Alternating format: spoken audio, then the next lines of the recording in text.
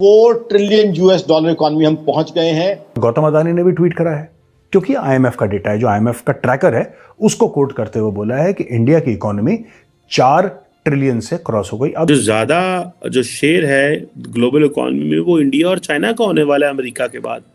बाकी सारे तो पीछे हट जाएंगे, यूरोप, इनकी तो गेम ही खत्म हो रही है।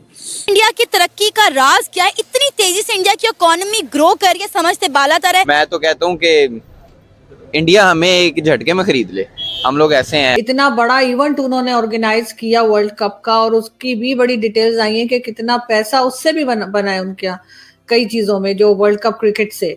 और हमारे तो कभी ऐसा इवेंट हो नहीं सकता। 75 साल 50, अब देखें हमारे साथ वाले मुल्क किधर चले गए हैं। आप तो हिंदुस्तान के साथ कंपैरिजन करते भी शर्म नहीं कर सकते। कुछ बिलियंस का गैप रह गया है भारत की इकोनॉमी और जापान की इकोनॉमी के बीच में, और फिर और कम गैप रह गया है भारत की इकोनॉमी और जर्मनी की इकोनॉमी में। हिंदुस्तान को अब वक्त नहीं लगेगा थर्ड बिगेस्ट इकोनॉमी बनने में, बिकॉज जो फोर्थ और थर्ड बिगेस्ट इकोनॉमी है हमसे ज्यादा दूर नहीं है। इसी तरह इकोनॉमिक ग्रोथ इंडिया की रहेगी तो 2050 में इंडिया की इकोनॉमी पाकिस्तान से 40 गुना बड़ी होगी। $200 अरब की इंडिया और अमेरिका की ट्रेड है, तो वो क्यों ना इस एंगल से सोचे इंडिया के बारे में। जो आईएमएफ वालों पे लाना, जिन्होंने भाई बोला था 2028 के 29 में भारत, सही बात है। हाँ। मतलब भाई तुम लोग कैसी रिपोर्टें बना रहे हो बे? मतलब इनकी रिपोर्टें मुझे समझ नहीं आ रही। लेकिन सर एक तरफ हम अगर इकोनॉमी की बात करें तो हम देखते हैं कि इंडिया की जो है वो $4 ट्रिलियन तक पहुंच गई है, जो आज एक न्यूज आई है। और हमारे यहाँ जो है वो महंगाई 42% तक पहुंच गई है। और साथ ही हमारे यहाँ कहा जा रहा है कि इस प्रोग्राम के, जो IMF के प्रोग्राम में है, इसके बाद एक और प्रोग्राम में जाने की फुल तैयारी है। क्या करेंगे ये लोग? मुझे सख्त दुख हुआ है। आपकी फाइनेंस मिनिस्टर ने ये स्टेटमेंट दी है कि हमें मौका मिला तो एक और लोन लेंगे, और मैंने जब उनकी टैक्स रिटर्न देखी तो 2 अरब रुपए की टैक्स रिटर्न है आपकी फाइनेंस मिनिस्टर जून की। लेकिन आरजू ये आपके पाकिस्तान के अंदर रहने वाले जितने शहरी हैं, हर एक के हाथ के अंदर स्मार्टफोन है और हर एक को पता है, यही अलमिया है।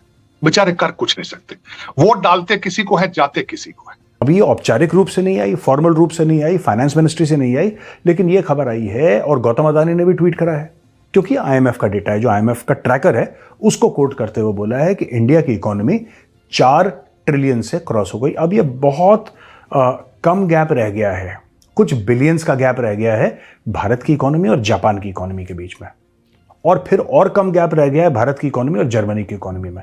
यानी कि लोग ऐसा कह रहे हैं कि 2027-2028 तक इंडिया जो है अगले 5 साल में वर्ल्ड की 3rd लार्जेस्ट इकोनॉमी बन जाएगा।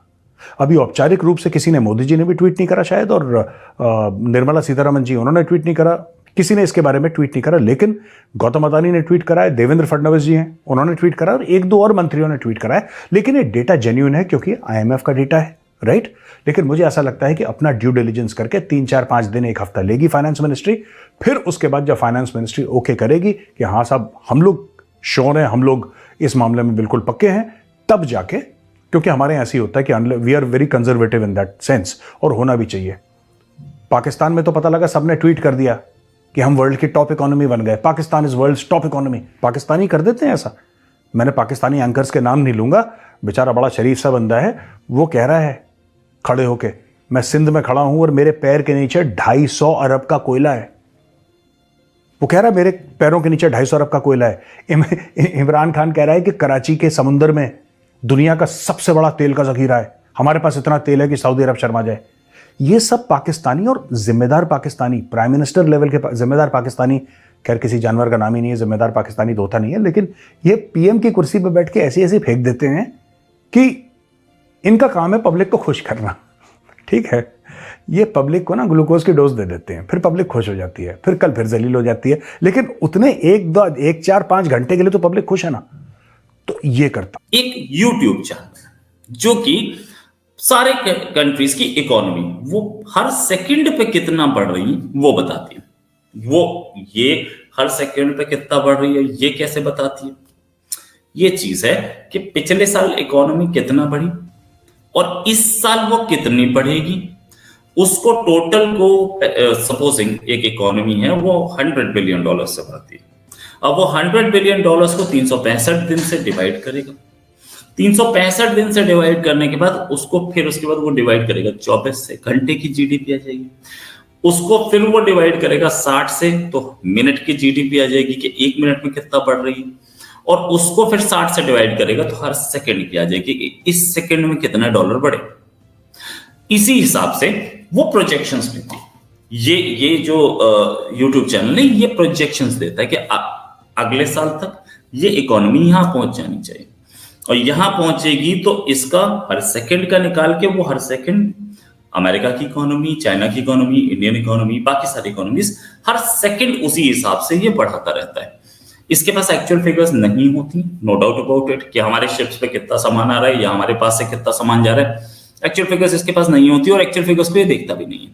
हाँ, ये कुछ महीने में एडजस्टमेंट करते हैं और साल में तो 100% करते हैं जब सारी इकोनॉमीज अपना एक्चुअल फिगर्स दे देती है। तो ये मैं मानता हूं जिसके पास और भी काउंटर्स हैं, ठीक है, अगर आप सर्च मारेंगे ना जीडीपी पर कंट्री तो ये आएगा, और वो लाइव जीडीपी जिसे बोलते हैं, लाइव जीडीपी पर कंट्री, वो यही वाला चैनल आएगा। ये नहीं, इसके साथ 2-3 और आते हैं। वो 2-3 जो और आते हैं, कोई नॉन मिनल देता है, कोई पीपीपी देता है, ये है जो एक्चुअल टर्म्स में देता है। 2024 के अंत में मुझे पूरा भरोसा है कि भारत तीसरे नंबर में बन जाएगा, क्योंकि एक मजे की बात, ये भारत की तो बढ़ रही है, दूसरों की कम हो रही है, अक्सर माइनस में, जापान की भी कम हो गई है। जापान की तो 5 पिछले साल वो मेरे ख्याल में 5 ट्रिलियन पे था, उससे पिछले साल 5.5 ट्रिलियन पे था, अभी उसकी तो बहुत तेजी से गिर रही है। देखो जापान को बिछाड़कर जर्मनी आ गया तीसरे पे, जर्मनी आया ना तीसरे पे, तो खुद सोच लो कि उसकी कितनी जो है ना जीडीपी गिर रही है, और साथ साथ जर्मनी की भी गिर रही है। ये नहीं कि जर्मनी की मतलब ऊपर जा रही है, उसकी भी गिर रही है, लेकिन वो इस तरह 0 कुछ % पे कभी ग्रो करता है तो कभी माइनस में वो भी चला जाता है। तो इसी तरह चलता रहा तो 2024 के अंत में भारत जरूर बन जाएगा, क्योंकि आप सोचो 4 महीने में $300 बिलियन कवर करके 4 ट्रिलियन भारत ने किया। तो आप सोचो कि भाई ये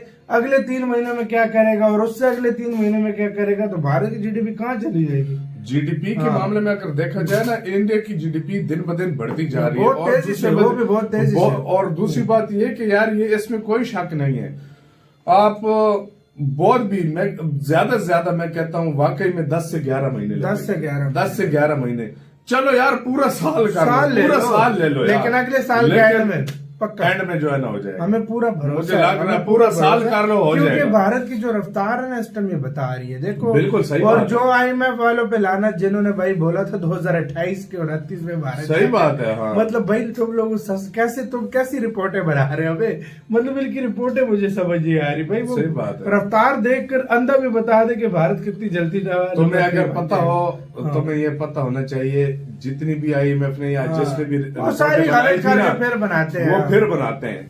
जय हिंद दोस्तों, जैसा आपने वीडियो में देखा कि इंडिया की अर्थव्यवस्था $4 ट्रिलियन को क्रॉस कर गई, जिसे देख करके पाकिस्तानी मीडिया बहुत ज्यादा हैरान परेशान है, क्योंकि एक तरफ जहां इंडिया की इकोनॉमी दिन प्रतिदिन बढ़ती जा रही है, वहीं दूसरी तरफ पाकिस्तान की इकोनॉमी दिन प्रतिदिन गड्ढे में जा रही है। इसी की ताजा मिसाल है कि इंडिया जहाँ दूसरों को कर्ज और दूसरों को मदद देता, वहीं दूसरी तरफ पाकिस्तान दूसरे देशों पे आश्रित रहता है कि कोई उसे कर्ज दे दे या कोई उसे ऐड दे दे ताकि उसको कुछ मदद हो सके। एक तरफ जहाँ इंडिया नई नई ऊंचाइयों को छू रहा है, वहीं दूसरी तरफ पाकिस्तान और पाकिस्तान के नागरिक इधर उधर भीख मांगते फिर रहे हैं। आपको पता होगा इंडिया हमेशा नई नई इन्वेंशन पे काम करता, नई नई टेक्नोलॉजी पे काम करता, लेकिन वही दूसरी तरफ पाकिस्तान हमेशा आतंकवादियों के पीछे लगा रहता, आतंकवादियों को ट्रेनिंग देना, उनको पनाह देना, और यही सब काम है उसी पाकिस्तान का। इसीलिए पाकिस्तान आज दिन प्रतिदिन पीछे चला जा रहा है और इंडिया आगे चला जा रहा है। आपको यह वीडियो कैसा लगा? अगर आपको वीडियो अच्छा लगा हो तो प्लीज चैनल को सब्सक्राइब करें और ऐसे ही मजेदार वीडियो देखने के लिए हमारे साथ बने रहें।